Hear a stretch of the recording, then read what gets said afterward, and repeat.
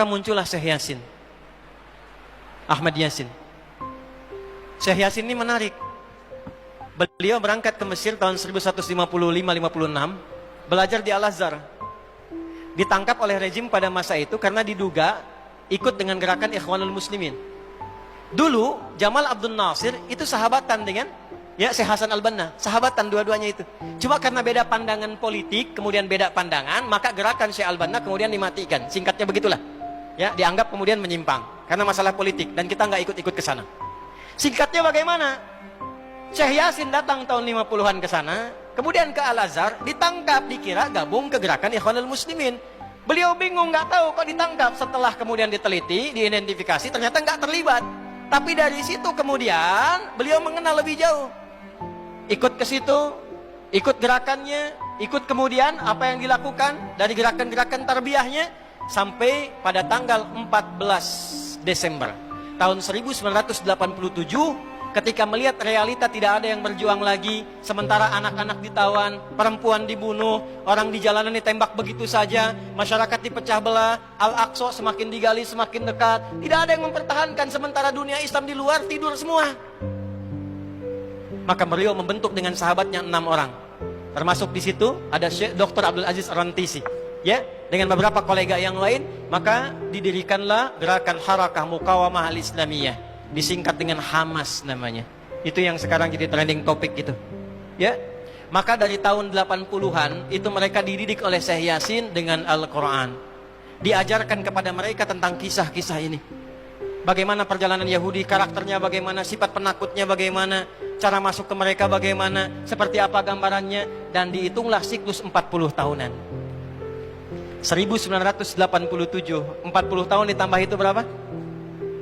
2027. Jadi disiapkan oleh beliau 3 fase di surah Al-Isra yang tadi dibaca, khususnya ayat 4 sampai dengan ayat ke-7-nya.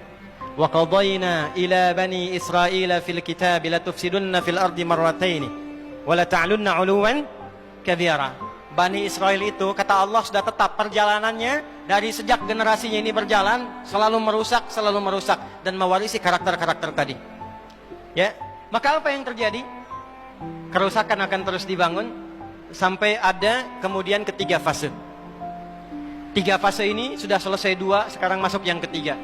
Maka yang ketiga ini fa idza jaa wa'dul akhirati. Maka jika datang janji Allah yang terakhir untuk mereka. Apa fase yang ketiga ini? Ada 3 bagian lagi. 1, liyasu'u wujuhakum. Yang kedua, waliyadkhulul masjida kama dakhaluhu awwala marrah. Yang ketiga, waliyutabbiru ma'alahu tatbira. 1 sekarang sedang diperlihatkan, liyasu'u wujuhakum. Persis sekarang orang-orang itu seperti di era Nabi yang membayangkan hingga bisa ditembus, bentengnya kokoh, intelijennya kuat, sadapannya di mana-mana. Tapi ternyata dunia yang melihat kokoh itu ditunjukkan oleh Allah hanya dengan bahasa mereka. La syirdimatun qalil. Ini bahasanya Firaun. Ini kan cuma ormas kecil, nggak sebanding. Ormas kecil yang nggak sebanding ini ternyata telah bisa mengintersep semua bagian-bagian itu. Dia bisa tembus bentengnya, dia masuk ke dalamnya. Liyasu'u wujuhakum. Tujuannya bukan untuk menunjukkan mereka mampu, bukan, untuk menggugah dunia kalian kemana saja. Yang kalian anggap itu hebat, itu mampu, itu dahsyat, ternyata bisa ditembus, dipermalukan di wajah dunia. 1, janji Allah tiba. Kedua, waliyadkhulul masjidah kama dakhaluhu awwala marrah. Nanti ada fase kedua. Setelah ini terjadi, selesai fase kedua, masuklah ke wilayah Masjidil Aqsa. Kembali lagi milik kita itu. Dihitunglah fasenya 40 tahunan. 1987 fase pertama sekarang berjalan, ditambah 40 berapa? 2027. Itulah fase yang kedua, saat diharapkan paling puncaknya Masjidil Aqsa bisa kembali lagi. Nah, ini bukan main-main, ini bukan main-main. Hitungan fasenya. Antum lihat video viralnya Syekh Ahmad Yasin itu ketika menjelaskan itu. Saya tahu betul itu. Beliau hitung itu. 2027 ke 2028 dan puncak akhirnya waliyutabbiru ma'alahu tatbira. Hancur semua, terjadi perang dahsyat. Hitungan saya sih tambah 20 tahun. Karena fasenya sampai 100 tahun. 40 tambah 40 tambah 20, 100. Maka 2037. Silahkan cek orang-orang yang ada menghitung di pertahanan sekarang.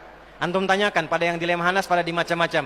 Bagaimana kekuatan dunia pergeserannya saya yakin. Hitungan mereka 2037 terjadi sesuatu yang dahsyat. Gerbangnya sampai 2040, di atas 2040 itulah generasi emas akan muncul. Makanya Indonesia masuk generasi 2045. Itu sudah dihitung. 2030 pembukanya. Makanya sekarang punya visi 2030 semua. Saudi visi 2030, Rusia, Cina, Afrika Selatan, Brazil visinya 2030 dengan bikin bridge itu. Semua visinya ke sana.